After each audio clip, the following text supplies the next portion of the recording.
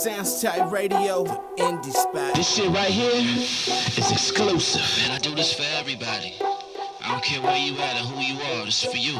Let's go. Sounds Tight Radio. We are one episode 4 back in the building. Welcome to the show, ladies and gentlemen. I'm your host, Taight Squeeze. We got some special guests live on the line with us. It's about to go all the way down.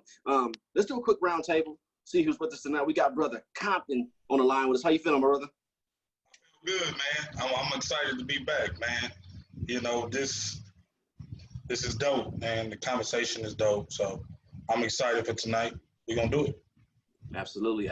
We got brother Slide on the line with us. How you feeling, my brother? Man, you already know what it is, man. It's a beautiful day, man, and I'm ready to knock out the park again, like we always do. Nice. I can't wait. We got brother Corey K joining us again for episode 4. How you feeling, brother? How you guys doing? How you guys doing? Happy, ready to be here, ready to have some thought-provoking conversation. So I'm ready. Nice, man. We can't wait to get your thoughts, your ideas on what's gonna happen tonight. So everybody buckle up. It's about to go all the way down. We have another special guest on the line with us, Miss Portia, on the line with us. How you feeling? Feeling good. My first time here, so thank you for the invite. Coming to you guys from hot Vegas. Nice.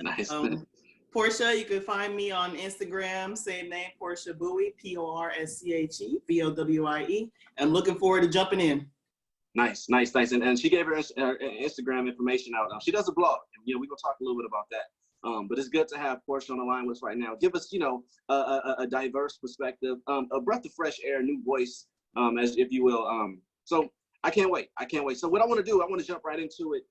Brother Fetti is running a little bit late, but he's going to be joining us a little bit later. But I want to jump into something. Last week we kicked it off with the Black National Anthem being sung week 1 in the NFL. This is a light topic, so I want to kind of ease our way into the meat and potatoes of this conversation. But the Redskins have been asked to change their name, and they've been asked for years, but they finally went ahead and said, you know what, we're going to do it. Compton, give us your thoughts on that one. It's a tough one, man. Like you said, they've been asked for a long time to do it. They so chose not to, and it took a lot, to get them to this moment now.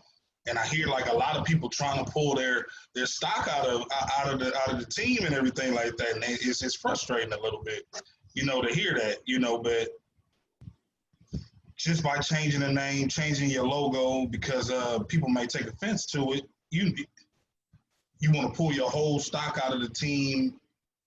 It's a crazy thing to me. I think they should have changed it from the jump. It's kind of like Compton High. Right. Compton High used to be called the Tar Babes. Yeah. They had to change the name. It just is what it is. It is what it is. This is a weird one because you think of the name, you got the Cleveland Indians, right? You got the Kansas City Chiefs. Their logo is a warhead, right. Spear. You look at like just around the world of sports, the logo represents strength. And I wonder if Native Americans really have a negative opinion about it, right? Because some consider it like a privilege to be, referenced in sports. But then you have the other group that says, well, what about us, right? Right. There's a slide on our video on Facebook. It's on YouTube as well, where a gentleman puts on a logo shirt and it's called the Caucasians. Looks like the Redskins, but it's the Caucasians. And people are telling him to take it off, right? So is it the double standard there? Corey, I want you to jump on in here with me. I see you in the back laughing. So is it that double standard? The gentleman puts on the Caucasian shirt. They ask him to take it off before Redskins. Okay.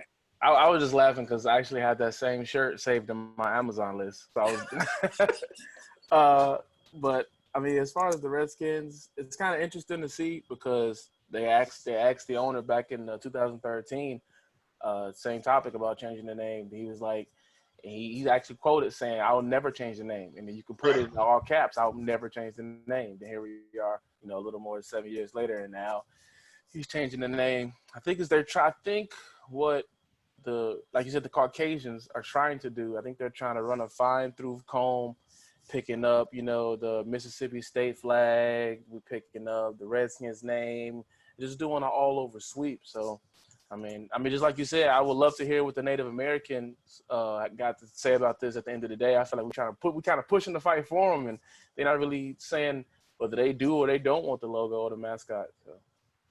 Right. So here's my take on it. So Fett5 just joined the conversation. Welcome to the dialogue, Fett. No, we good, brother. Technical difficulties. All good. So, my take on it is this: a redskin. The meaning of redskin is a scalp. An Indian scalp. You scalp you catch an Indian, you scalp them, right? That's what that means. So it would be this for us. It would be the same as having a football team or a basketball team or what have we, called the lynched, right? Or the Jim Crows, right? So it's offensive. They may as well put they may as well write niggas on jerseys and have dudes playing in that, right? So you got black men wearing scalped, redskins, which means scalped Indian, as their team mascot and the team name. I think it's disrespectful, it's offensive, and they need to change the name along with a lot of the other things that are out there that are offensive to people. If you're going to be all inclusive and do diversity and inclusion, then you got to go through everything and get rid of it. I don't care if you disrespectful to the gay community, the black community, the white community, or whatever it is, it needs to come off. But they have to see it in order to understand why it's offensive to everyone else. And so I think that's what we're seeing now. When you put it into perspective, when you think of the derogatory meaning behind redskin, I think that interpretation varies. Because some people don't know the real meaning of what the redskin means, right? So when you break it down from a literal point or a historical point of view, it does make sense, right? It will be offensive when you put it there. So I think it comes down back to the education of people, right? Where this is what it means and this is why we don't like it, because nobody's saying that. Brother Sly, jump on in here with us. Man, you talking about a team that's in my division. So, like, I've definitely wanted something to say about it, man. But when it's all said and done, man, I like the Redskins, man. I'm always going to love that name. I have no problems with it, but I do have Native friends. I used to live in Phoenix for a while, and there's a lot of Natives out there, a lot of Cherokees, and I used to go to Apache Junction all the time, man, hang out with them. And most of my Indian friends, man, don't like the Redskin name. It's offensive to them. Same thing with Cleveland. I never heard anybody complain about the Chiefs, though. You know what I'm saying? that's a different ball game, I guess, man. But as far as the Redskins go, it's almost unanimous, man. For every Native American that I've ever met, every indigenous, American person, they're not happy with it. You know what I mean?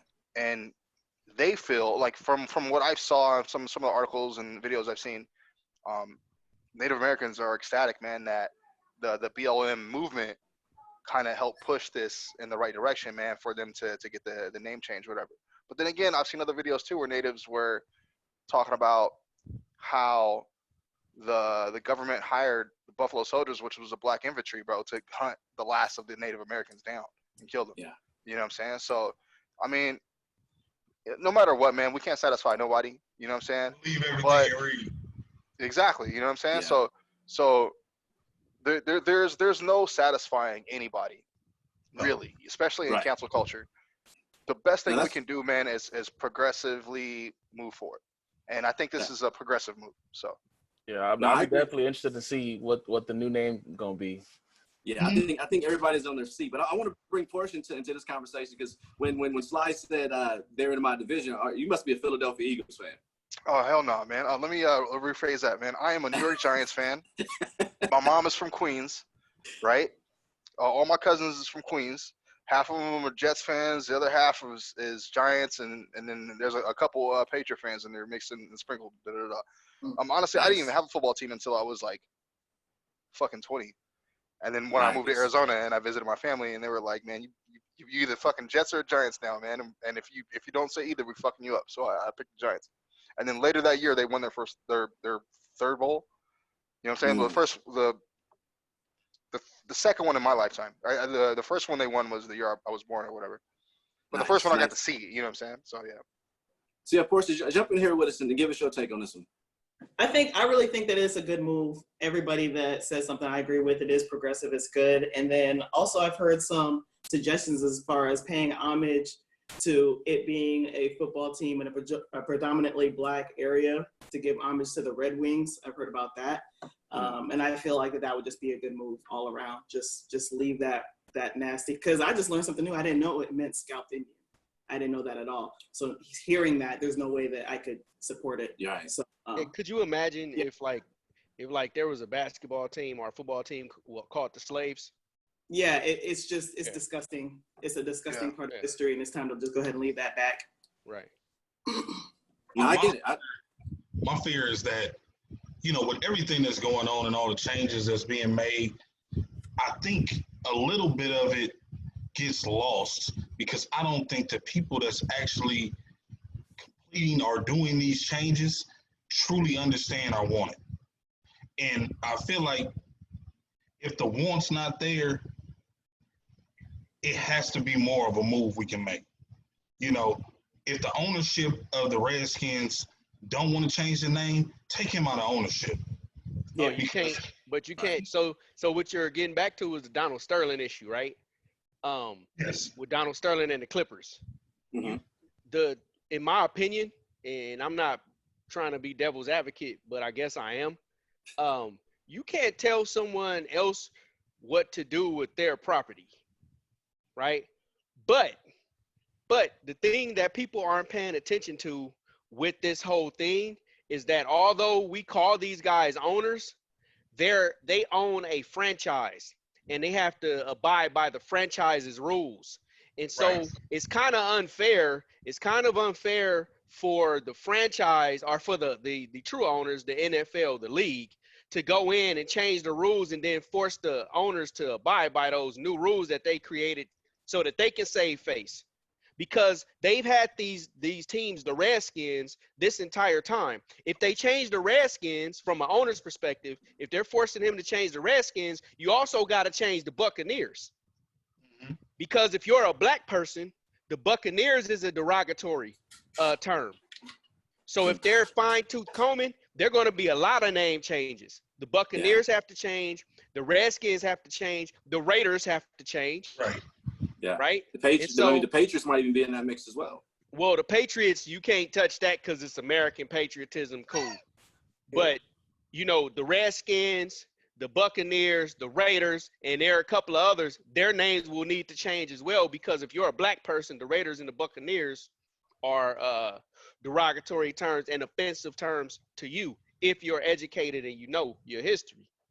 Right, and that's what we bring into the dialogue. I mean, it's the education behind it. We are allowed to watch TV, but do we really understand what we're watching? That brings me to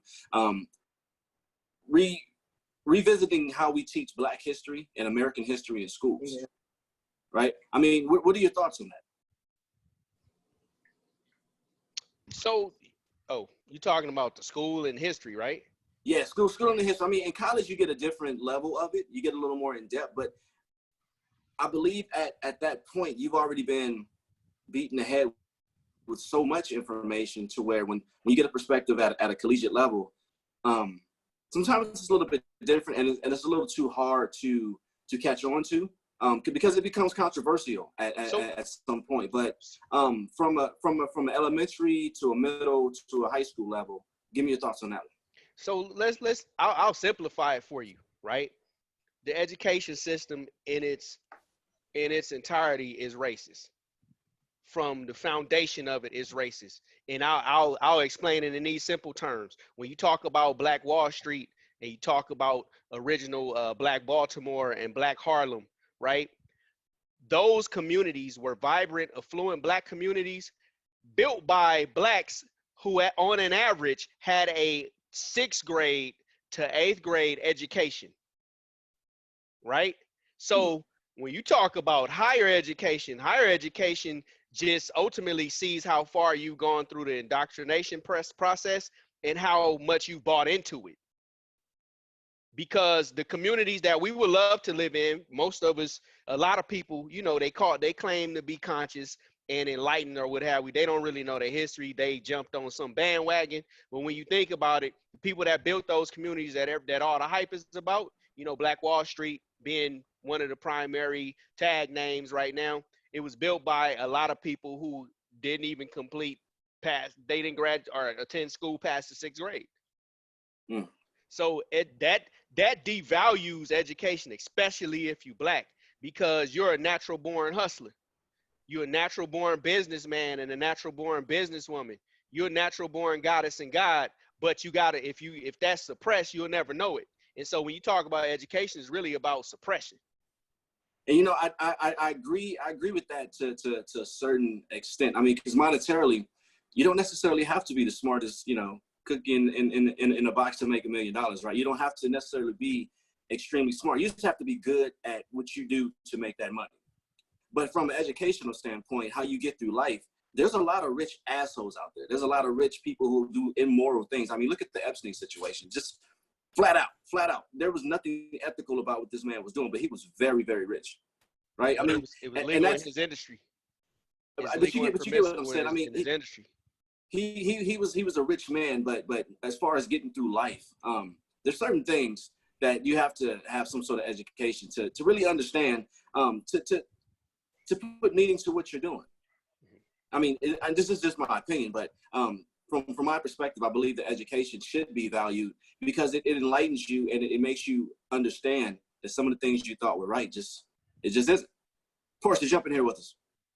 Yeah, education is hard for us. It's a way to gatekeep. They've always used education or the lack of education to keep Black people out, basically. That's why our Black boys and girls are suspended more often, kicked out of school more often.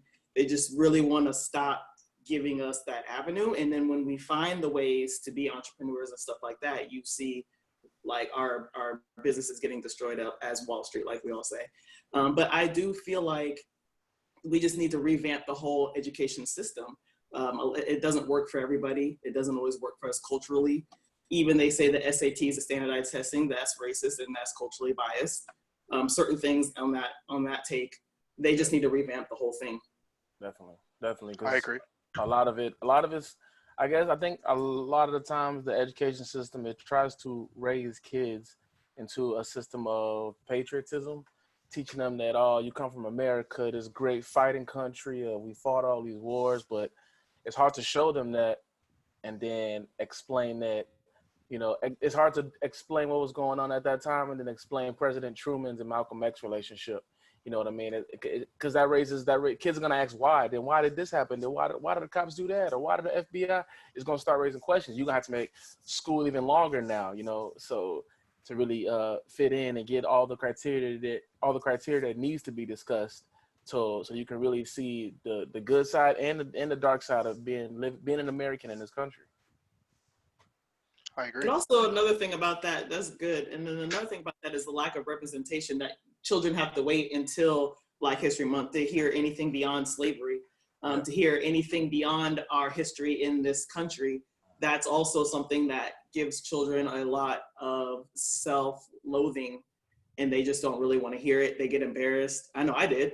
I didn't go in my first years primary school. It wasn't a whole lot of Black people in my class. So when we're hearing about that, I'm like, damn, this is what we had to offer. Oh, yeah. Until you learn and get further on. Some people get lost in the sauce though. They don't make it further on. They're just seeing themselves in that negative light, and then just that's how they're walking around in this country, and it's sad. Can I add something? I want to add one thing. Black education, man, should start at home. My mom personally used to give me tons of National Geographic, tons of like the black folklore books. There's so many books that are out there about, you know what I'm saying, especially the Ivory Coast history in regards to like the gods we used to pray, you know what I'm saying, like Umoja and fucking Soloris and you know what I mean, Shango, and you know what I mean. There's so much education that's out there, man, and it all starts from home, man. And I wouldn't know a lot of these things if it wasn't for my mom while I was going to school in primary school and elementary. So I always had a sense of Blackness, and it's funny, man, because my homeboy Tank, man, he'll tell you, because he was in my first grade class, he'll tell you, man, I won some contest, whatever, where I got to name the day after or whatever. I could pick the theme of the day or whatever. In the first grade, I named it Sylvester Day, and what we did was we sang Kumbaya and fucking like pretended like we were African for like the whole class. Swear to God, yo, I was one of 3 black boys in the class, man. Yeah. And that's what we did when I won the opportunity to do whatever I wanted to do for the day. I was like, man, all y'all motherfuckers black. Your white ass, you black. This Mexican over here, he black. You blacker now. So yeah, that's what I did. Boys in the hood type. I agree with you to a certain extent, because that's tough. Because we're speaking about the lack thereof, black education, African American education, and then you're saying that it should start at home. Okay, so which generation should have started at home? Because it didn't start before. We're talking about revamping the system as of now. So teaching it I went to 97th Street School. I was from Compton, but my parents wouldn't let me go to school in Compton, so I went to 97th Street School in LA. Black history was posters on the wall. Mm-hmm. Okay, so when you say it should start at home, it's super tough, because you can say that now because we have the means to do it. We have the internet and everything there is to do it. But back in the days, my parents didn't have National Geographics and all the magazines you're talking about. We couldn't afford that type of stuff. The reality was I heard about Black history on the civil rights side of it, right?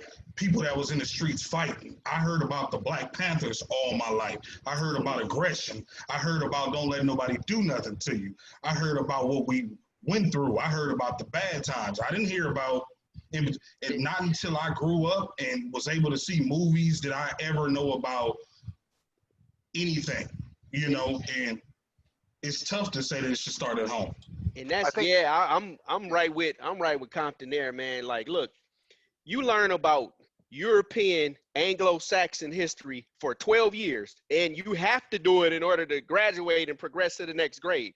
So to tell me that I have to learn about Anglo-Saxon and European religion in the form of Greek mythology, I gotta hear about Julius Caesar and Shakespeare and King James and all of the conquest, right? And the enslavement of my people that look like me, and the castration of my people, and the blatant cultural just homicide and genocide of my people, and then their conquest and murder and rape of all of the other people that they've gone in and conquered. I'm forced to learn that for 12 years, but my mother and father or whoever, or TV or myself, I'm responsible for learning about myself and people that look like me and where we come from.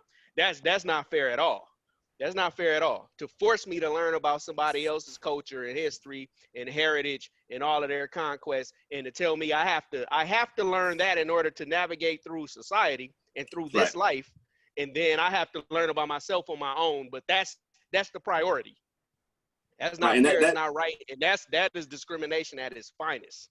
And racism. Yeah, that poses the thought to provoke reteaching history in school. But here's what I want to do. I want to take a quick break because history just revealed itself. There was finally some sort of correction in history that I want to talk about. We received some sort of reparation in North Carolina. We're gonna take a quick break, get into a couple songs, and then we'll be right back to talk about this. Sounds Taight Radio. We are one. Don't you go nowhere. We will be right back. Sounds Taight Radio. We are back in the building. Before we left, we were talking about we got our reparations, people. We got our reparations, but it wasn't the $36 million that Fetti5 was telling us about last week. I think we're still working on it. In Asheville, North Carolina. Let me go ahead and pull up my notes here. So we got the reparations, right? But it wasn't a monetary issuance of a check or anything like that. No stimulus to the families, right? This comes in the form of community redevelopment. I'll just go ahead and call it development because some of these communities were partially developed anyway. So they're going to put money back into the communities, build programs for the kids, and just try to create a more habitable community for the African Americans in this particular location. Of course, I want to bring you in here to kick this dialogue off. What do you think about this? So it's, when I was reading so far, it's been really kind of vague. They're saying career opportunities, strategies to grow equity, closing gaps in healthcare, affordable housing, increasing home ownership. And I'm really hoping that the increase of home ownership doesn't mean giving us more loans, because we're just back to where we started. You need to give us grants and you need to give us money to go towards these things that we don't have to pay back, that we could be like, oh, that gives us the leg up, because that's basically what they got for all those centuries of free labor from us. So that's how I feel. Just go ahead and pay us that back pay. You know, unemployment would do it. Any other industry would do it. If you work for free, they give you that back pay. So I feel like that's where we are. I don't, like I said, I haven't read that it said it was loans, but I'm just guessing that it's probably loans that they're talking about to get us home ownership and businesses. And I feel like that's the wrong way to go. Put that money towards grants and give us the real leg up.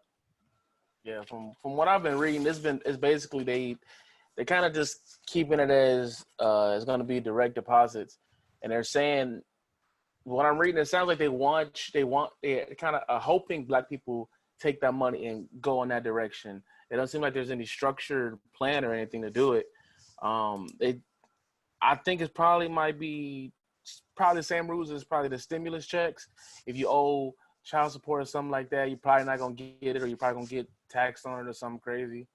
It ain't 36 million, but I seen they talk about an estimated 10 to 12 trillion, and then they're asking the state of North Carolina and the government to come together and provide that money.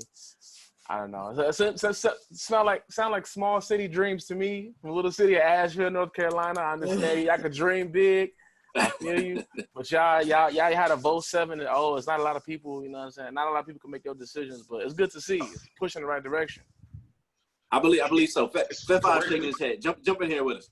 Man, I agree with Portia and Corey, but I have issues with it, because to pay retribution to Blacks by putting them in debt, I agree with Portia, is just terrible, right? But there's other things going on that people aren't really paying attention to, right? And one of them is the whole agricultural thing, right? Where the Department of Agriculture gives like $500,000 or something like that to homestead, people who own homestead. So after slavery, the ex-slaves didn't receive their 40 acres and a mule. That land went to whites. And then years later, you get a homestead law that says ultimately that they don't have to pay taxes, or, you know, their taxes are minimum or something like that. And then as long as they're growing vegetables, or it's considered a farm, they get like 500,000 or whatever it is per year, right? So let's take it into perspective. Blacks, they're now talking about reparations for Blacks in the form of debt. At the same time, we're having issues right now due to COVID. They're blaming it on COVID, but due to COVID, meat is a challenge. And so everyone is having to go back to vegetables. So they're going to take that money from the agriculture, the farmers, right, who are now about to make millions of dollars a year because farming is now in demand. Produce is now in higher demand than it's been in the last 40 years, right? And then they're going to loan that same money to Blacks.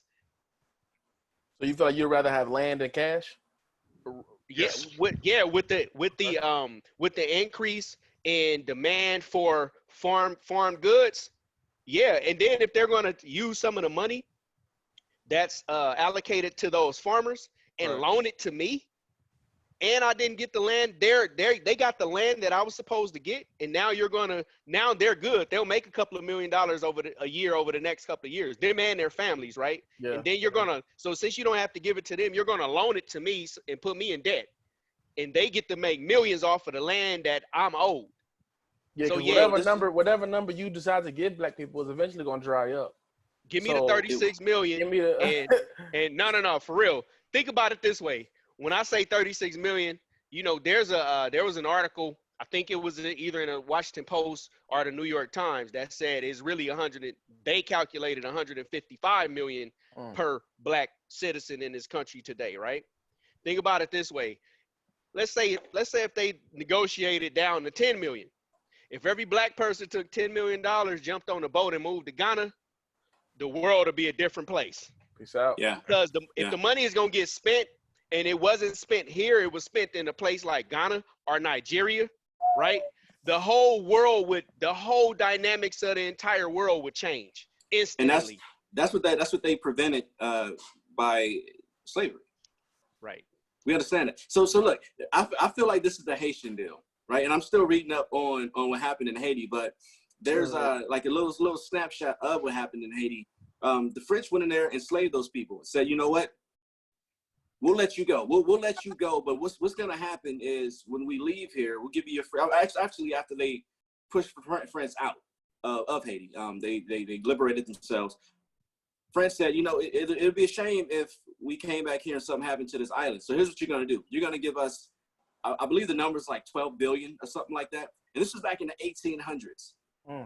And this was issued as a demand to Haiti for their freedom back in the 1800s. And it came in the form of a loan. Haiti paid off of that debt in the 1950s. It took them 150 years to pay off that debt. And they gave them a big discount too on their exports to France. They gave them a huge discount. Like 50% like 50%. off. Yes. Yeah, it was 50%. Yes. 50% off, just for their freedom, for their independence. So I guess as black people, we gotta ask ourselves: do we want a Haiti package, or you want a Native American package as far as reparations? Right, and that's what it's coming down to. I take really the Native American package in a heartbeat. No. Think about it. Native Americans got land and they got autonomy to run their nations. Right, they're considered nations. So it's Cherokee Nation, Creek Nation, Choctaw Nation, Osage Nation. Right, they're nations, so they get to manage and conduct themselves independently, and there are only certain statutes in place where they'll have to go in and submit to federal law. And so to get that type of opportunity versus a loan that you got to pay back, anything can happen with that loan in the future. Give me the land, let me develop a nation and run it the way that I want to do. I can police my people. You know, I can incarcerate and punish and discipline my people for when they get out of pocket. Niggas, right? We all got niggas in the family. When they get out of pocket, we can handle them in the way in which we see fit. Give me that deal. And my fear is, man, with the reparations thing, like Fetty said, man, you still a consumer, man, until you have enough money to make yourself not. If they're giving money away, right, or what they're calling reparations, who's winning? North Carolina's winning.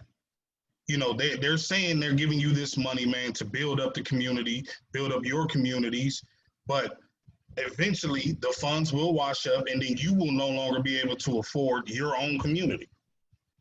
You know, they've done it a million times. Yeah, I don't think it's smart to hand out that money because, I mean, as we all know, black people are not a monolith, and all black people, we don't walk to the same court. You know what I mean? So a lot of people might not want that money. A lot of people might have other intentions for that money. I'm sure there's gonna be a majority with a good intentions, but you know, you still got that small pocket. Honestly, man, I've been giving this whole reparations thing a lot of thought, man. And the biggest thing that I would like to see happen, I want the exact same deal white people got in 1962 with the suburban housing project, right? So back in 1962, white people were given loans. They were basically redlined into certain areas and neighborhoods for property for the low cost of $8,000 in 1962. If you had $8,000, you had a 3-bedroom, 4-bedroom house, right? So now I'm not saying give me a house for $8,000. You know what I'm saying? Like, you know, I understand inflation, I understand economics, you know, but I want the exact same down to the percent. You know what I'm saying? As far as the inflation rate goes, that they got in 1962 for $8,000, you know, properties that they would not allow black people to move into, by the way. You know what I'm saying? Like it was in every single suburban contract, yo, you could sell your house to anyone as long as they weren't African American. And I think if they just gave us that, I think if black people were just given that, I think it would help us tremendously. You know, it would help us grow our equity. It would help us grow anything. You know what I'm saying? Because no matter what, let's say inflation rate, because I know the inflation rate's crazy. You know what I'm saying? The dollar is not what it was in 1962. I understand that, but that's still $30,000 a house. You know what I'm saying? Right. And yeah, I agree with that. My only concern would be that they get to determine what piece of land we get. So we get Exactly. like, we end up in somewhere like Blythe, or that land over there is Businesses Road off on the way to well, Vegas. we won't allow that, man. We'll take Hey, I Death don't Valley. know, like give me something, you know, Right. not necessarily. I don't want to be around no tornadoes, man, or no, you know what I'm saying, alligators. Honestly, I'd rather Natives take got alligators. tornado country, got tornado alley. That is Take true. Georgia. That Let's is take true. Georgia, And man. and Let's speaking take of which, Georgia and start there, and then if we branch out to Mississippi, cool. If we branch out to Florida, cool. But I say let's start. If we start, everybody's starting small, obviously. Let's start in Georgia. Let's start in Atlanta, and then let's see how far. I mean, we can negotiate. We can negotiate in 10 years. You know, let's see. Let's do that. Something like that, maybe. You know, maybe if see how we feel in 10 years. Is Atlanta enough? No. Okay, we want Mississippi. Let's go get And that. the other thing we have to consider is, like with the whole North Carolina thing, the states that are responsible for the reparations are those slave holding states, right? Mhm. So it's going to be the South, right? It's going to be the yeah, South, like yeah. Louisiana, Texas, on down to Florida, and then probably up to Virginia. So when we talk about, quadrillions and trillions of dollars, those states are actually responsible for it. And so we want to talk about like that France-Haiti deal. Those states should be forced to take the loan from the federal government and then pay the ex-slaves, and then they have to pay it back. And hopefully we stay there. You know what? Because that's the only way they'll get some of it back. Fetty brings up an excellent point, man. I think as Black people, man, we always look at the commander in chief as like, oh, this nigga fucking up. We need to start looking at each governor, The governor, of each state governor. that has been, you know what I'm saying, a predecessor, you know what I'm saying, to the state's previous bullshit. Right. Like we honestly need to hold the actual states accountable, because in the United States, which is this is the only country that does this, each state pretty much projects their own laws anyway. You know what I mean? Anyway. Yeah. So yeah, there's federal law, but that's far and in between, man. When it's all said and done, that's why Trump was saying, if these governors don't want to mandate these laws or whatever, I'm gonna send in the National Guard. Yeah, you know what I'm saying. So I think, but that goes back to the original question. It's just education, man. We just need to educate ourselves better, and try to organize better and mobilize better. That's what worries me about them handing out the reparations, because thank you, but we still got to hold each other accountable, and we still need financial literacy. Like, you can't get around that. You can't get around that. Like, everyone's talking about these reparations. Everyone needs to sit down and understand how stocks work. We need to understand how savings work. Right. Understand real estate. Everything needs to be understood. Make it a web seminar. I don't know what you're going to do. Make it required to get your money, something like that. So I kind of agree with it. I was gonna say, but that's the beautiful thing about America. I would say this, man.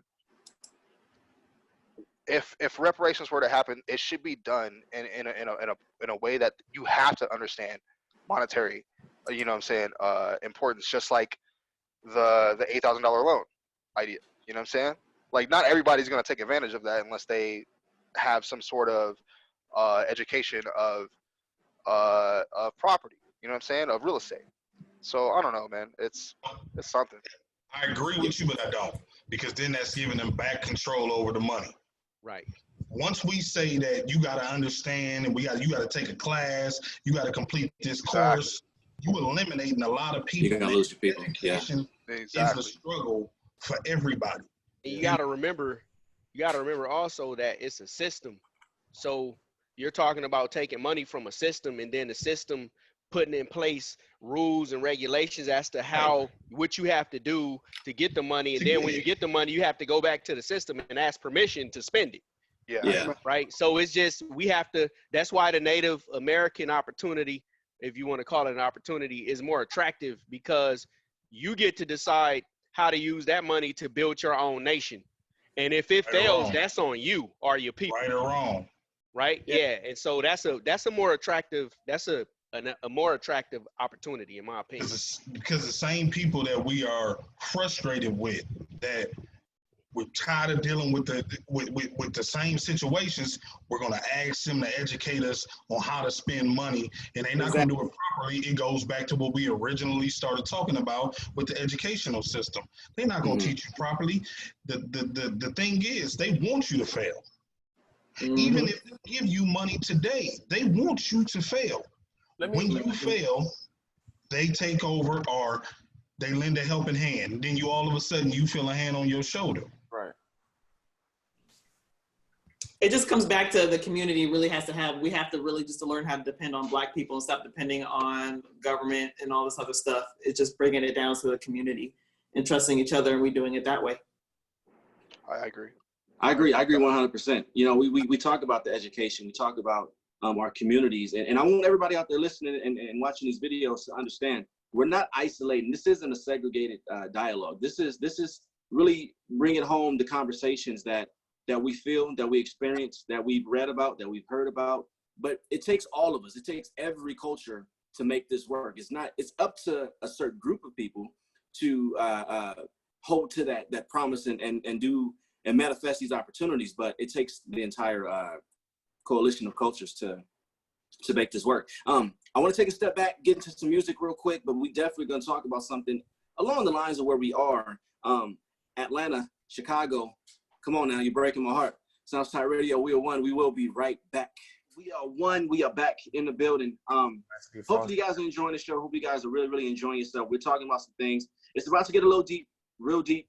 So bear with us on this one, but I want to take it to the city of Chicago. I mean, it seems like we're always talking about Chicago, and for the last few years, man, it's getting close to a decade. Chicago's been, I want to say, on fire. Chicago's been on fire. Now Trump is definitely trying to create a situation where he can come in and enforce martial law into Chicago.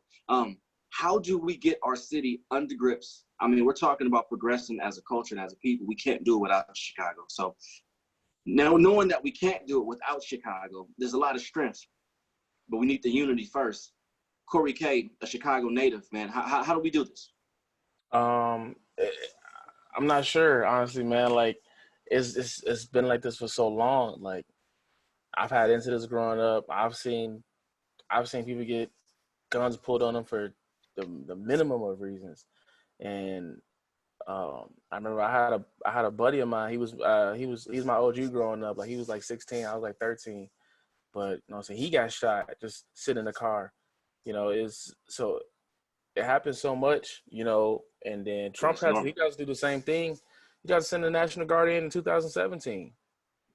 But even with that, that's part of the reason why I'm here today. You know, that kind of pushed me in the military because I knew, man, being where area I was at, man, it was right outside of Maywood, like right in Maywood. It's like, man, ain't nothing here but death, and then the prison right down the street on 26 in California waiting on you. So there's like, so do you feel like if he were to enforce martial law, do you feel like it would work, or would it make the situation worse? It make it worse. Everybody got guns out in Chicago, man. It's not. It's already martial law. If you really want to take it there, police response time is not the greatest. You know, like, so it breaks my heart to see, bro, because I love my city. You know, I got that shit forever inked on me, and I love everything about Chicago, and it's a beautiful city. You know, it don't have to be like that. It has so much community and culture involved in that city, man. And like I said, I think just the police force is so corrupt. I think that's what makes it hard to reach the people, because every Chicago citizen already knows the police is corrupt. So when you talking about bringing in the government, it's like, yeah, man, whatever. But when y'all leave, it's still gonna be bad out here, and that's always been the consensus. So it sounds like it's up to us to make it work. Like, it's not gonna happen. It's not gonna happen without the entire community coming together. It seems like it's out of control, but I mean, hopefully everyone's working. Where's Black Lives Matter in the situations? Are they not? Why aren't they out there protesting? I wanted to spark a nerve real quick. Where's Black Lives Matter? Where's the movement? Where's the political party when Chicago has a violent weekend. Again, it goes back to history, right? History says that Chicago is a trap, right? Blacks were lured to Chicago in the name of jobs at the Ford stamp plant. And so when all of the blacks went to Chicago in the name of getting those jobs, and then the stamp plant reduced the amount of employees that they needed, all the blacks are trapped. These blacks came from, if you look at the migration of blacks in Chicago, a lot of them came from like Mississippi, Alabama, Louisiana, right? My mom's family migrated from Mississippi. Exactly, right? So most of the families came from those places in search of opportunity, a job. And they ended up in the projects, which they believe it was short term. They can go there, live there, work, save some money, buy some homes. Now, a small percentage of the families were able to do that, but most of them are their descendants, their grandkids, great-great-grandkids are living in those same units, those same projects that they've been living in. And not only that, they needed the land, so they tore down some of the projects and forced the families to go and live in areas rival territory. And so when you talk about history, Chicago is a trap. And by going there and doing some of those things to correct that problem, it's going to reveal the origins of those issues, which means that, hey, now Ford is going to look bad. The governor is again going to look bad. And it's just going to make racism look worse than it already looks. And it's going to add Illinois to those Confederate states that owe reparations. It's gonna expose Illinois. It's gonna expose places like Tennessee, right? And then California ain't off the hook either. California is a part of it as well. California got a history for slavery. This is interesting because it gives me an opportunity to turn the tide to a city like Atlanta. I mean, a state like Georgia, city like Atlanta, where we have an 8-year-old who's murdered at the same site right across the street. Now, Fetty gave me actually sent us a text message when he was there. What was that feeling like? Secoriea Turn, innocent. I mean, they're shooting at somebody else. She's in a car. It almost sounds like the mentality of those who were trapped in Chicago has made their way to Georgia, and Atlanta's become the hot spot when it should be the new Black Hollywood. All the opportunity in the world. But it seems like we can't get over that hump. What's going on? So it was, first off, again, it was a history lesson for me because it made me really tap into Atlanta. Atlanta it doesn't have a true economy, right? Everybody can't work for Tyler Perry. Right. Everybody can't work for BET. Everybody can't play sports and do entertainment. So their economy is built upon like tourism. Not a lot of big companies down there. You got Coke and Georgia Pacific and a couple of other small companies or what have we that are there, but it's all like entertainment, right? And just like we go to Hollywood here in Cali, all the homeless people, it's a whole lot of at one time aspiring actors and actresses that's out there turning tricks and prostituting and hooked on dope because the career ain't never jump off. Atlanta is that place for blacks. And so being there, it made all that set in. And then there's this double standard, right?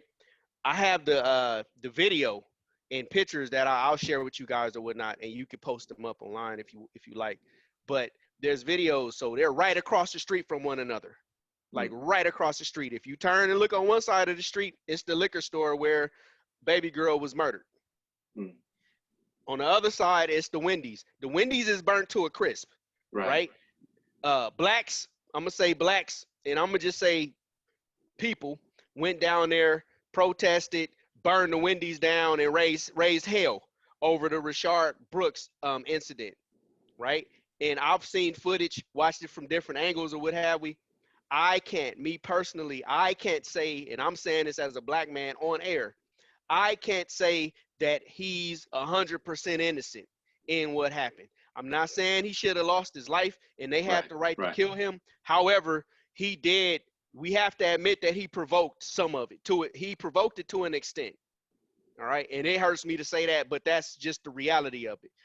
Baby girl didn't deserve what she got, but ain't nobody saying nothing about them niggas. Ain't nobody out there looking for, ain't nobody knocking on doors. Ain't nobody grandmama had a change of heart and have a sense of compassion for that baby girl and her mom and her family, right? It's complete silence on that. And they right across the street from each other. So it's a blatant slap in the face for us to be all riled up over what the police did to Rashard Brooks, and then right across the street, we ain't saying nothing about what happened to baby girl. Niggas did that. Right. So in my book, the niggas and the police are one and the same. They in the same book, and they need to be dealt with the same way. That's why when people try to have Black Lives Matter discussion, that's the first thing they say. Who about black on black crime?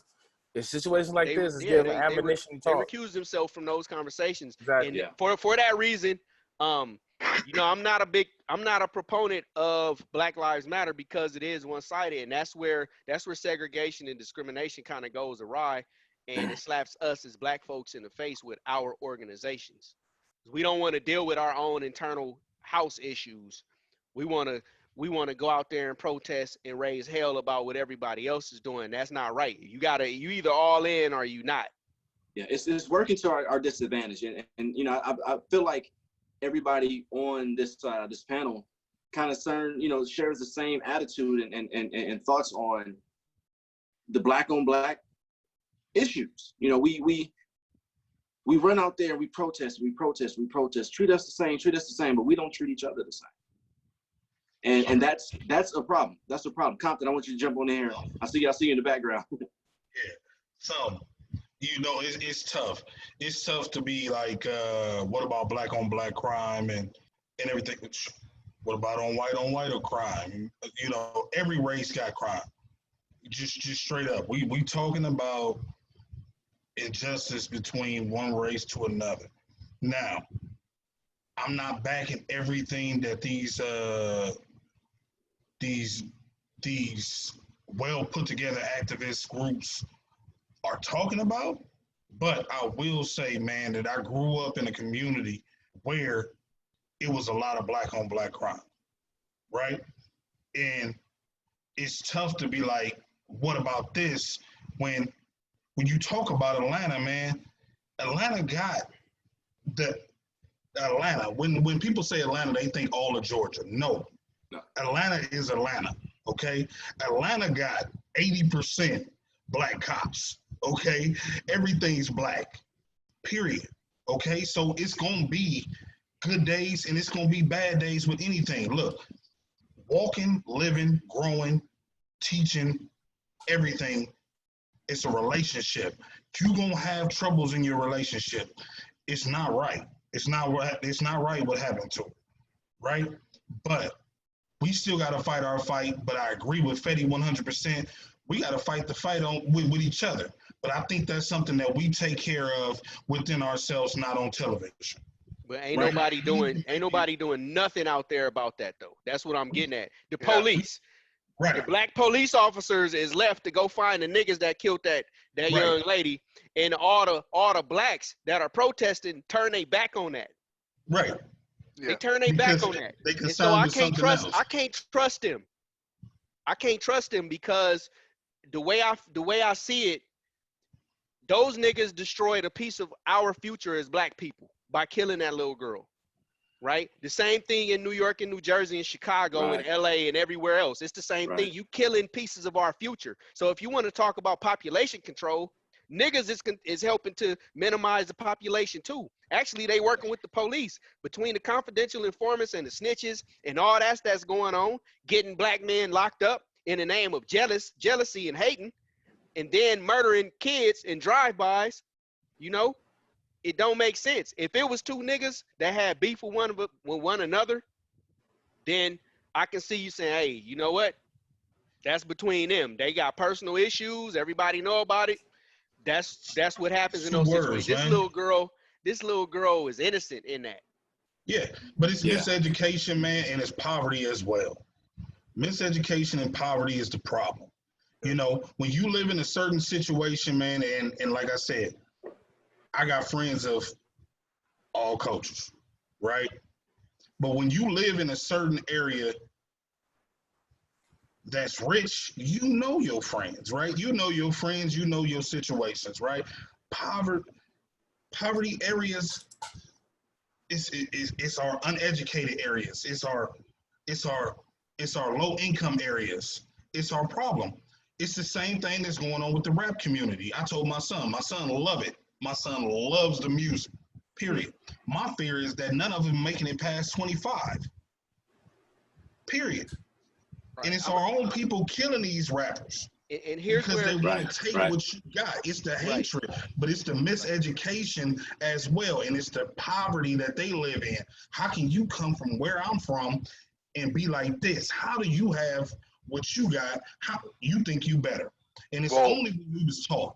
It's only what we was taught. And the people that actually in the background that listen to the music, man, and pump it up, man, like, look, if you live in the burbs and stuff like that, don't go out talking to these hood kids about what it really is. You get what I'm saying? My name might be Compton, but I'm a long way from there. You ain't gonna get me to go out and bust my gun in the middle of the night for fun. And y'all might be from Watts, but you ain't about to sit up unless you got like a strong connection. It's your relative.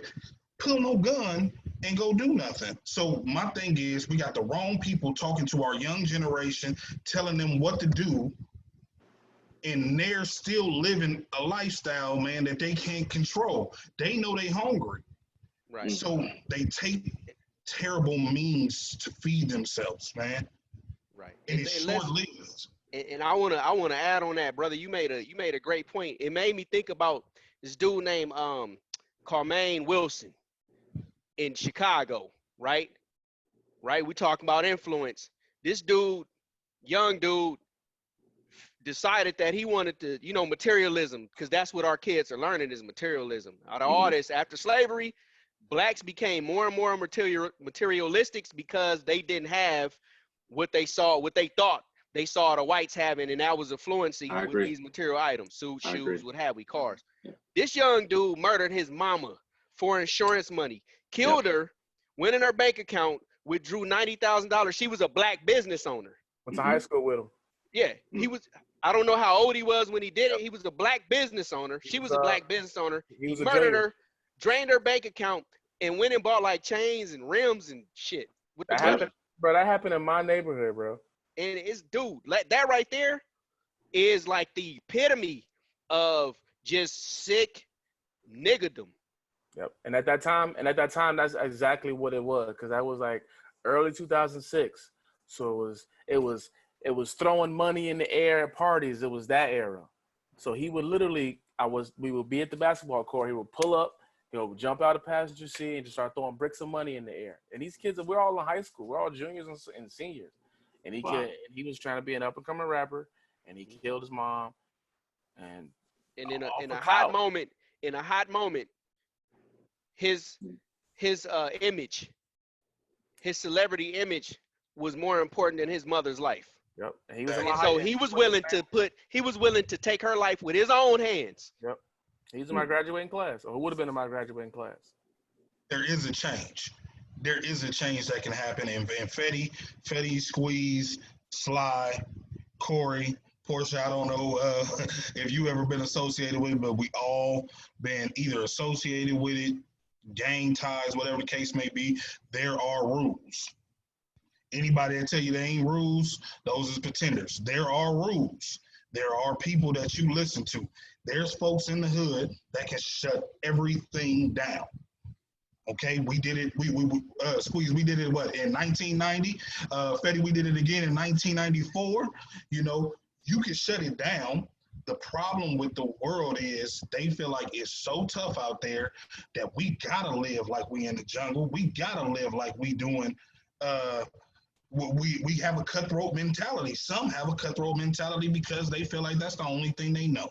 Right. I'm gonna chime in real quick, man, on that, man, because I've traveled the states and I've seen, different boroughs and different districts and different hoods, and I grew up in Watts, man, Nicholson Gardens, and the rules that we lived by in 94 and in 99 also were of rules, and certain rules would get you either, disciplined, whether you're from the hood or not, or you know what I'm saying, reprimanded or whatever, you know. But it's not the same across the country. It's every state doesn't have that same blueprint. You know what I'm saying? And yeah, there are OGs in every hood, but at the same time, man, I don't know what it is, man, but the city that reminds me of this the most is Baltimore, man. And I got to spend a little time out there. Them motherfuckers don't care about nothing. Yeah, you know what I mean? Baltimore, Yeah, they don't care about nothing, real. man. I think But at with the the same, young, I think with yeah, the young governor generation, don't care about is Baltimore. like, That's why. yeah. Baltimore, you know, look, it's easier it's easier to say an area or an address that got money than it is one without in Baltimore. well, I mean, well, The governor everybody gave up on Baltimore a long time ago. They gave up on Baltimore when The Wire was out. Nah, they bombed Baltimore and left it there to rot. Is what happened. It was a Black Wall Street that was bombed, well, and I they left it there to want to rot. say, They didn't allocate any resources to rebuild it, and they left the blacks and the what was left of those structures that were bombed there. That's it. Chicago, I think Baltimore. I Coastal. think what separates California, man, from the rest of Black culture, you know what I'm saying? Because Black culture is different, you know what I'm saying, in every district. You know what I'm saying? Just like the homie Corey was saying earlier, you know, Black people aren't a monolith, man, and I think it goes the same for, you know what I'm saying, Dallas, Texas niggas, you know what I'm saying, have a certain swag as opposed to, you know what I'm saying, Memphis, Tennessee niggas. You know what I'm saying? Even though they right by each other. You know what I'm saying? And the same thing is, you know, me as a Cali dude, I used to live in Arizona too. You know what I'm saying? They look at you different. You know what I'm saying? And they question why you got Vans on and you know, slimmer jeans and stuff like that. You know what I mean? It's not the same out there. Like they're stuck in like 2006 forever, man, in Arizona. I swear, it's like 50 Cent era all the time out here. But that's something different. Yeah, exactly. You know what I'm saying? So, but it's when it's all said and done, man. I think Black people, man, in California, the reason why we're a little bit more, it's gang banging created rules. You know what I'm saying? And we're the gangbang capital of the world. You know what I'm saying? Like we're the one trying to influence the rest of the nation on what the benefits of gangbanging is. You know what I'm saying? Which sounds fucking far fetched, but there are actual benefits to, like, all right, y'all niggas stay over there. we gonna stay over here. You know what I'm saying? And it shouldn't be that way, but at the same time, man, California has had one of the lowest homicide rates as of recently in comparison to Louisiana and Illinois and, you know what I'm saying, even New York. You know what I mean? A state that is trying to follow our structure. You know what I'm saying? I want to say crime and education has risen on the West Coast far above any other, you know what I'm saying, region in America. And a lot of the reason is the gang culture. And the gang culture influences, you know what I'm saying? Like, for instance, Schoolboy Q, man, would even tell you, man, like, I graduated high school. You know what I'm saying? You know, I wouldn't call myself schoolboy if I didn't, man. And it's something that everybody should strive for. You know what I'm saying?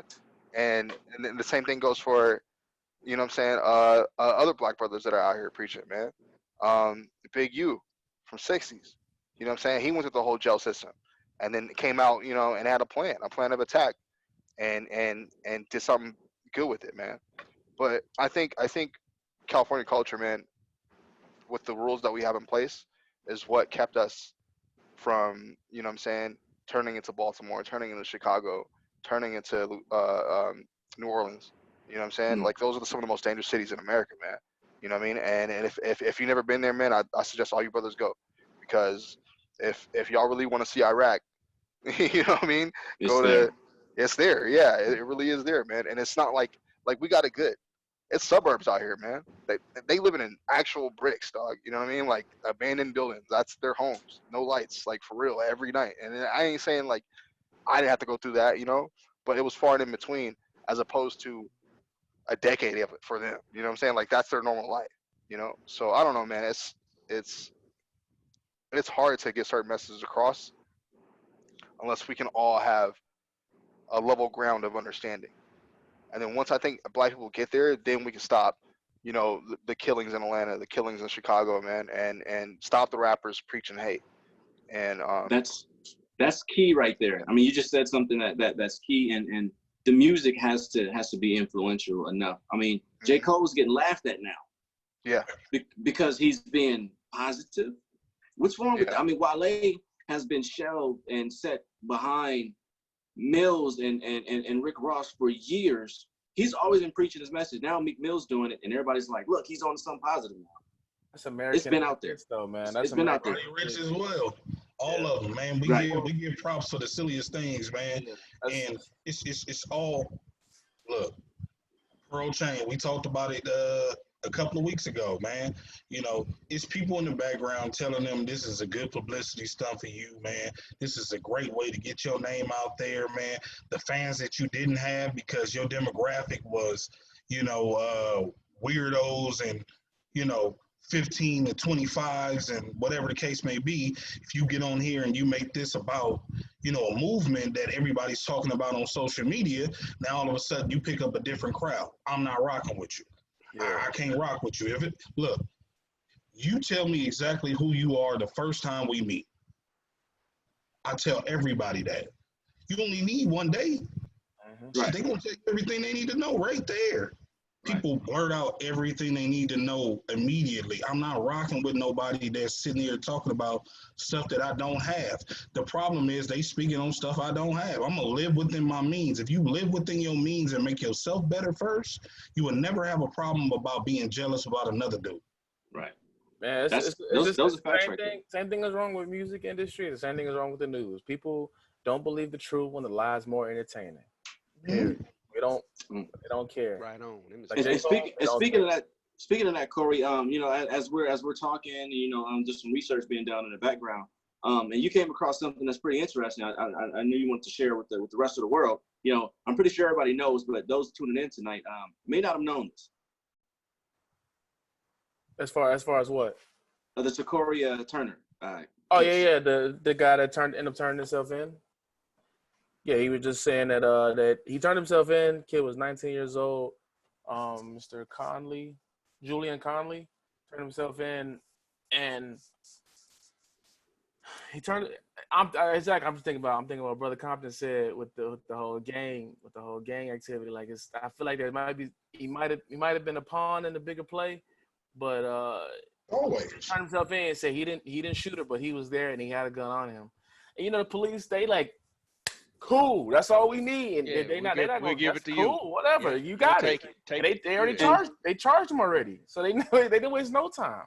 And see, and now he becomes the next Julius Jones, right? A man who's been incarcerated for murder, and now the story comes out, and they says, well, is he innocent? Is he guilty? And there's contradicting information, contradicting stories.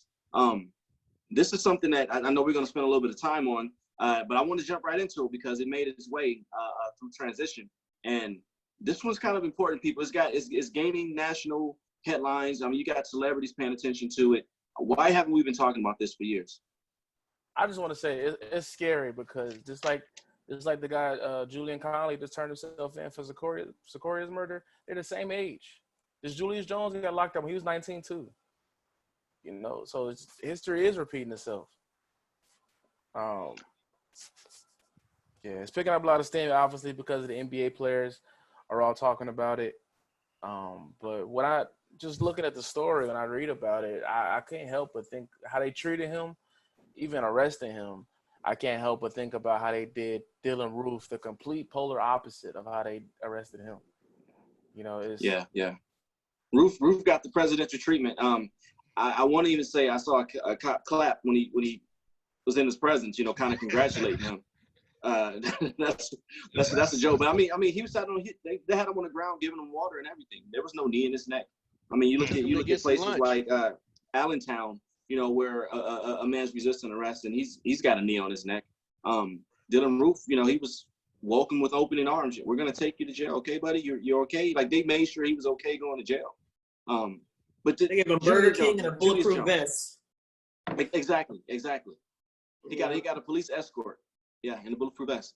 But I want to bring the attention back to Julius Jones. I know this is something that that Dr. Five had Doug, he's doing a little research on this. So can you mind sharing a little bit of your findings with this case? So ultimately, you have a 19-year-old athlete. He had some challenges or whatnot, but a guy gets robbed. The business owner gets robbed, and they steal his car, rob him, or what have we. His believe is his daughter. His daughter sees the guys who robbed and killed him. Right, white guy sees the guy who robbed and killed him.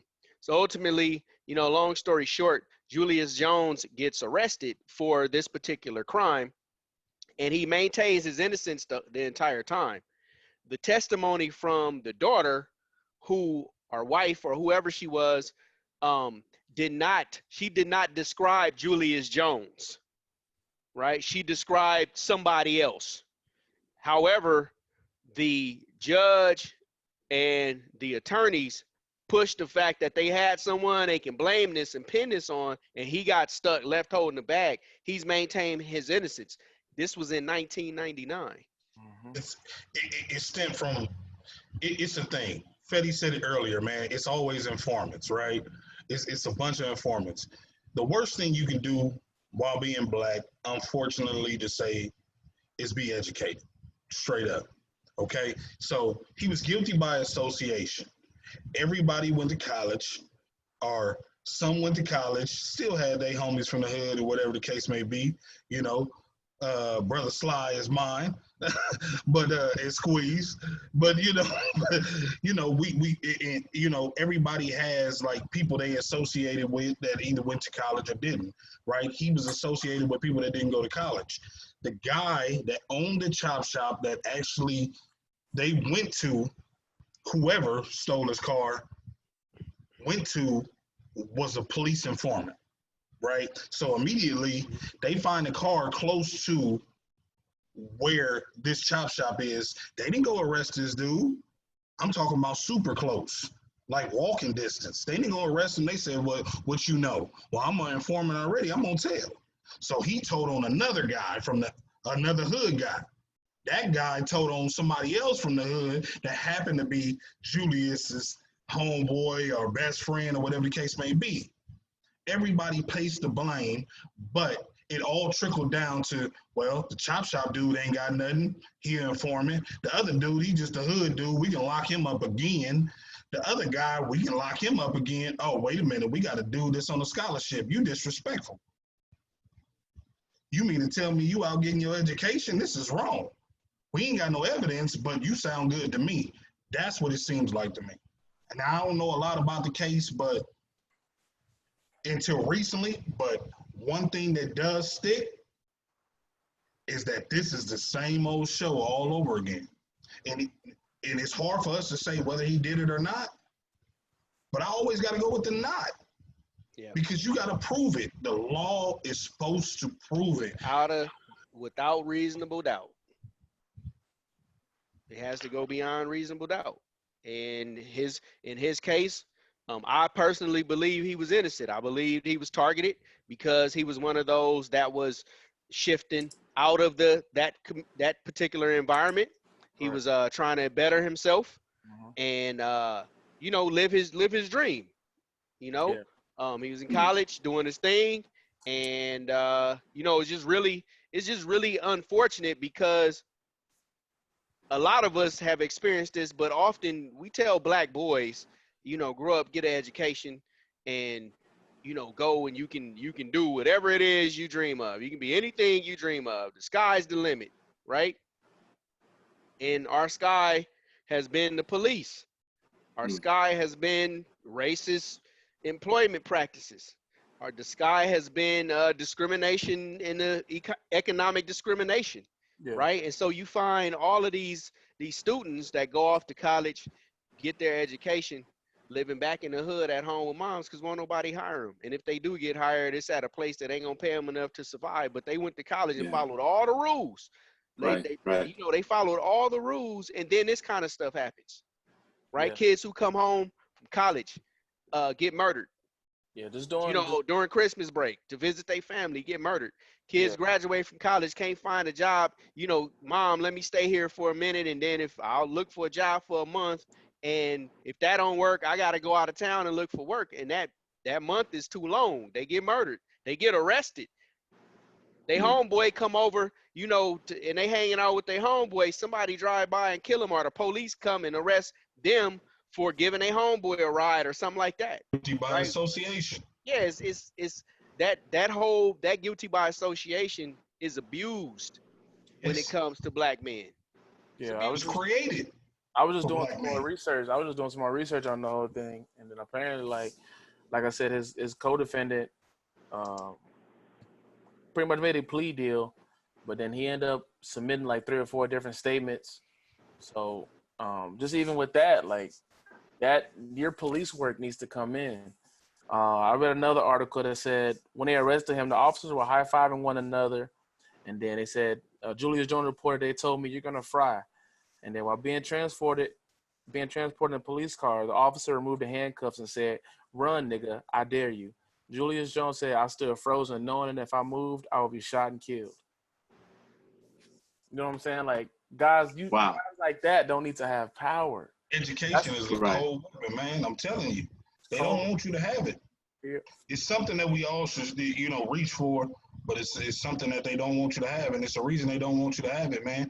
It's just like T.I. and all these other, which I appreciate. A lot of the celebrities going out like telling people what their rights are. You know, that's another sign of education, man. Knowing what your rights are. Never forget, bro. It used to be a law. It used to be illegal to have a slave who could read.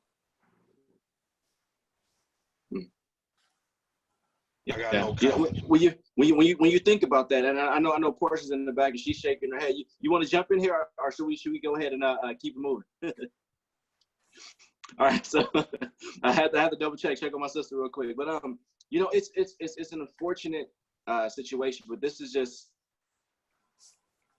that apple that we all need to bite and just realize that you have to, like Compton said, you have to take care of yourself first. Elevate yourself, liberate yourself first. I've said it many a time, to start with you. And that's the only way you get past it. Situations like this are unfortunate. Let's just face it, not just black men, but men, women, people have been framed for years. It just happens more often in our community.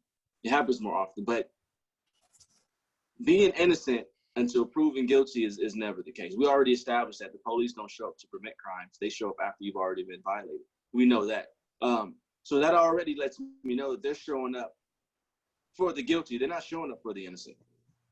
They're showing up for the guilty. This is what I want to do. I know we're at the tail end of the show. I want to take a step back, get into a couple of songs only, and then we'll come back and we'll close this out with our closing thoughts. Sounds Taight Radio. We are one. Don't you go nowhere. We will be right back. We are back in the building. This was a great show, and I want to say thank you to everybody who's tuned in. I want to say thank you to everybody who's on this panel, giving us this great dialogue tonight. We discussed a lot of things here, and I got to put it out there.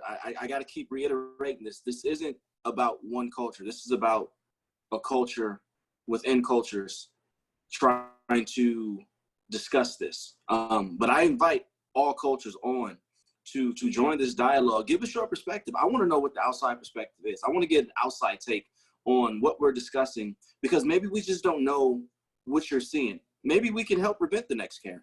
Maybe we can help prevent the next Susan, the next Tom. All these internet names we're giving people who just don't understand the culture, who are voicing their opinions without the education that we're talking about. Maybe we can prevent that, or maybe we can just understand what makes you feel that way. But I want to invite you. I want to invite you on and give you an opportunity to speak your piece. Speak your piece. You know, I mean, there's so much that we can talk about. We can't cover it all in one show, which is why you have these multitude of episodes. But we're going to keep this thing going. We're going to continue to grow it, to build. This is what I consider a cultural bridge. If you didn't understand, if you didn't have an opportunity, maybe you just didn't grow up in the surroundings where you had access and music was your only source of engagement and interaction with Black people. We're going to give you a different perspective and things that we talk about. We don't always agree with each other, right? We don't always agree with what we see in the media. And that's why we're here. We're talking about it. And hopefully if at the end of the day it does nothing, it educates you, or at the least it entertains you. We're gonna go ahead and get our round of closing thoughts. We're gonna start off with Portia. Welcome to the show once again. Thank you. It was a pleasure having you. Give us your closing thoughts. All right, that's my dog. The dog wanted to say hi and bye, right? Right. Basically, one of the biggest things, children is my passion. I do work in education, and the thing that we touched on a little bit was Secoriea, of course, and she was one of 6 children ages 6 through 14 that was murdered by gun violence during the holiday weekend. And I feel like what we're talking about, what we said, where is Black Lives Matter? Where is the outrage? Where is that? Like I've seen, the reason why I know is, of course, there was articles about it, but what we don't get press on, I don't want to say it doesn't happen, but we don't really get the press on those riots, that anger. And that's where I'm at too. I just really want us to really rally for these babies. It's not always just about Black men, Black women. It's about these children too. And I feel like I want to see that fury as well. And that's one of the biggest things that I'm on. Absolutely. And salute to you. I mean, all of our men and women who are in the armed forces and protect our country, I salute and tip my hats to them, but also our educators. You guys have no idea just how important of a role you play in just the development of our great nation, the development into the future of our world. Without you guys, I mean, everybody would want to be a millionaire. You know, I watched Trigger Warning, the miniseries with Killer Mike, and one of the things that I enjoyed was he went to the elementary school and asked the kids, you know, give me your dreams. And I want to be a doctor, I want to be a lawyer. He's like, you can't be that. You're gonna be a janitor. You are gonna be an electrician. I mean, he gave these kids realistic ideas. And you can be whatever you want to do. In this world, you can be whatever you want to be. But to have the knowledge of certain trades makes you a better husband at home. I mean, you break a knob in your door, you're not calling a handyman, you're doing it yourself. You get a swimming pool, you're not calling the pool man, you're cleaning it yourself. I mean, little things like that. You not want the pool guy at your house. Right. You know what I mean? Wife. Or the mailman. We seen how that ends. Right. Cinemax. But you know what I mean? Like when you put it into those that perspective, to have the audacity to educate yourself there, it helps. So thank you, Portia, for being strong enough to put yourself in a position to help our youth and appreciate it. Just push us forward. This is how we pay it forward. Yeah. Brother Corey K, I want you to jump in, man. Give us your closing thoughts. As always, it's great to get your perspective. I mean, just to have a brother from Chicago, from Chirac, who's able to give you a level perspective is a blessing in itself. Definitely. And no more Chirac. We ain't doing Chirac. Chicago is a beautiful city, beautiful letters. We're going to use them all. Nice. Just like I just want everybody in Chicago, you know, we got a beautiful history. Our city alone has so much history, you know, it doesn't need to be so divisive. And as far as divisive, I mean between the Black people, the Polacks, and the Latino culture. We all need to come together because that's how it's broken down in Chicago, between those 3 tiers. I just want everybody out there to remember it's an election year, you know, so everything is not going to be what it seems. There are a lot of illusions out there. Take the time to educate yourself. Share this video, send it to your friends, send it to people you don't really talk to. You know, I just want everybody to just push your own morals against the wall and push your friends' morals against the wall and see and just find out people who are around you. Salute. I appreciate that 100. I mean, hold yourself, hold your friends, hold your surroundings accountable. We say it all the time, you know, Compton just mentioned, you know, guilty by association. You either going to be the smartest person in the room or you're going to learn from those in the room with you, right? And you can push each other to elevate. Brother Cop. Excitement, man. I'm excited to be with y'all, man. Every time we do this, it's nuts, you know, and I appreciate it. Thing with me, man, is, you know, educate yourself. You know, Fetty and them take a lot of time out of their day and educate themselves. Brother Sly educating himself. Corey, Squeeze portion, myself. You just educate yourself, man, and just know what you're here for. The hardest thing, man, is finding you. We find ourselves, man, we can make it out of anything. You know, our people was on to something a long time ago. They said, before we be slaves, we be buried in our graves. And that didn't die out. We got to have that mentality day by day, man, and continue to strive on, for each other. Once we figure out who we are, there'll be no separation. But until we figure out individually who we can be, what we are, what our dollars mean, what our purpose is, then we can change the whole world, and they can't take that from us. And every week we preaching the same thing, man, and we telling everybody the same thing. And I hope they listening, because this is a group of people, man, that took the time out, to just tell it how it is. Just tell it how it is, with no purpose behind it besides getting into the heads of the people that don't listen. Every Saturday, Southside Radio, me and Squeeze, we do the revolutionary radio for an hour and a half, where I just play, music from 1950 to 1979 of people talking about the exact same things. And it's funny because you listen to these songs and you relate to them right now in this moment. Yeah. Nothing has changed.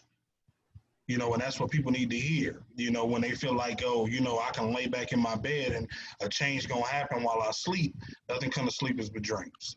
You're gonna wake up to the same thing you dealt with the day before.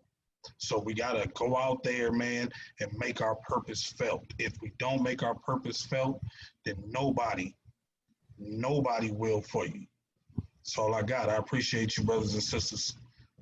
Till next time. We say each one reach one. Each one reach one, each one teach one, man. It's it never gets old. That's golden right there. Brother Sly. What it do? What it do, man? What's up, people? Man. Thank you, Squeeze, man. Thanks for being a friend, man. I really appreciate it, man. That you're giving me the opportunity, man, to say anything. And throughout the episodes, I'm becoming more aware as a person, of my own beliefs and my own,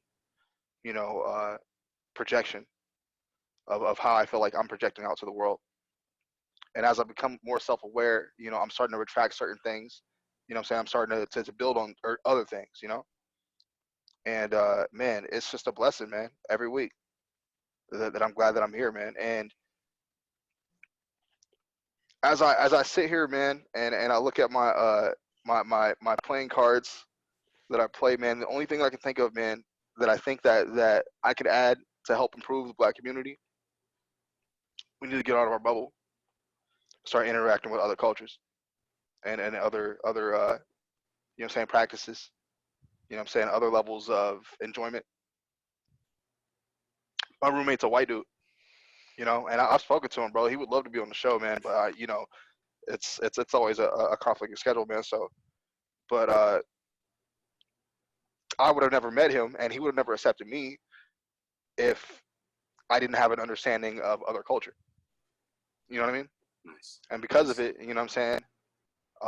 we're helping each other out right now. On an actual financial, standing. So I think Black people in general, man, we should need to come out of our bubble, man. We're so stuck on wanting to do better, which is perfect. I'm not saying that's not what we need to do, man. Yes, we need to focus on ourselves when it comes to education and and self-discipline and all those good shits. Yes, man. But you also got to add in a little bit of sprinkle of the neighbors, our neighbors, our peers. Right. You know what I mean? So, one of the most accepting communities I ever met when I first moved to Elsinore was a skateboard community. They didn't give a fuck about what color you were or if you were gay or none of that shit. They just give a fuck if you could kickflip or not. And if it was dope. How many stairs could you get? You know what I'm saying? If you know, Nice. like we didn't care. Like the crackhead bro in the group, the dude that we used to find, bro, with the needle in his arm, and he got all the Simpson tattoos, and you know what I'm saying? He just smacked out all the time. Got just as much respect as the kid whose parents just dropped him off. You know what I'm saying? In the flashy new Hummer or whatever. You know what I'm saying? Mm. Because of certain skills, man, that aren't necessarily considered black traits. You know what I'm saying? And I think black people as a community, man, we could learn a lot from that. Yeah. And once again, man, thanks Squeeze, man. Thanks Compton, man. Thanks Portia for coming on to the show. Hopefully we see you again. My boy Corey, my boy Fetty. You know what I mean? We're just gumbo, and I fucking love it, Nice. nigga. I love this shit. You know, I'll piggyback. You know, that's the type of situation that I have been blessed and fortunate to participate in every day. I live in a very, very eclectic situation. I've seen it. And, you know, everybody who's been to my place of residence know for sure. It's like, it's almost like we all went to high school and college together. But you have every race that you can imagine on my street. And it's only a 10-home street. It's a 10-home street. And everybody who lives in the house next to the next is of a different culture. It's beautiful. It's beautiful. So when you put things in terms like that, like you wouldn't have never, you know, gotten a chance to know or meet your roommate had you guys had not had that open-minded, you know, process. I honestly feel like we talk about you need to take a vacation. America needs a vacation. America also needs to wake up and realize that it's not all about your box or your bubble. It starts with you, but it doesn't end with you. It needs to progress. It needs to progress to something where just accepting it is no longer tolerable. You embrace it. You become it. You want it. You have to want this. And that's how we get far. I had to give my 5 cents because we passed it on 5 to close this out. I appreciate that, brother. As always, great show. Thank you all for having me, right? I know I jump in, got a strong personality at times, but you know, it's all out of love. I'm really passionate about the community, and I'm glad to be a part of this platform that allows me to express that and to just to share ideas, brainstorm, and to give different perspectives, which is what I enjoy about and appreciate about the show, is being able to contribute a different perspective. During the week, I try to push myself to think outside of the box and bring that to the table here. So I hope I'm being successful and effective at that. Brother Compton, Brother Sly, Corey, Squeeze, Sister Portia, you know, it's been beautiful, man. So thank you. Each week, you know, I'm like, oh man, that was a good show. So I'm gonna say right now, this is the best show that we've done. All the content, all the topics are great. And you know, We Are One is like the perfect name. We need people to understand that if we go to war and in battle alone at this, then we're going to ultimately, our children, our grandchildren will find themselves in the same situation that we're in now. Sly hit the nail on the head when he said that being diverse and being open to understanding and experiencing other cultures, that's what it's going to take. Our culture has been appreciated by everyone else except for us. And we complain that we don't have a culture, but everyone else comes to our communities, they eat our food. We've built a culture and created a culture, and we don't even know it. And we don't appreciate what we've been able to create. One of the most beautiful things about the United States and America is that you can be whoever you want to be, no matter this, irregardless of who you were. Right? If you leave a past in the past, you can create a new character and get in the character and be him or her. Arnold Schwarzenegger is probably the best example of that. And so in the future, you know, my hope and my vision is that things start to come together and those other cultures start to come in and feel welcome. And if not anything, to let us know how they see us, right? Versus how we're perceived and projected on television, right? And that that in my opinion is probably the best compliment that we can get from a show like this, and I believe that it's gonna happen. And tonight, you know, made me more confident in that. So thank you. Absolutely, and thank you all for tuning in. We will be back.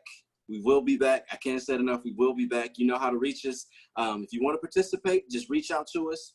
You'll see the links in the slides. Facebook, Instagram, just search us, Sounds Taight Radio, or the Indie Spot. Portia, Fetty, Corey, Compton, Brother Sly, you already know it's all one love. Sounds Taight Radio, we are one, but we are out of here tonight. We'll see you next time. Peace.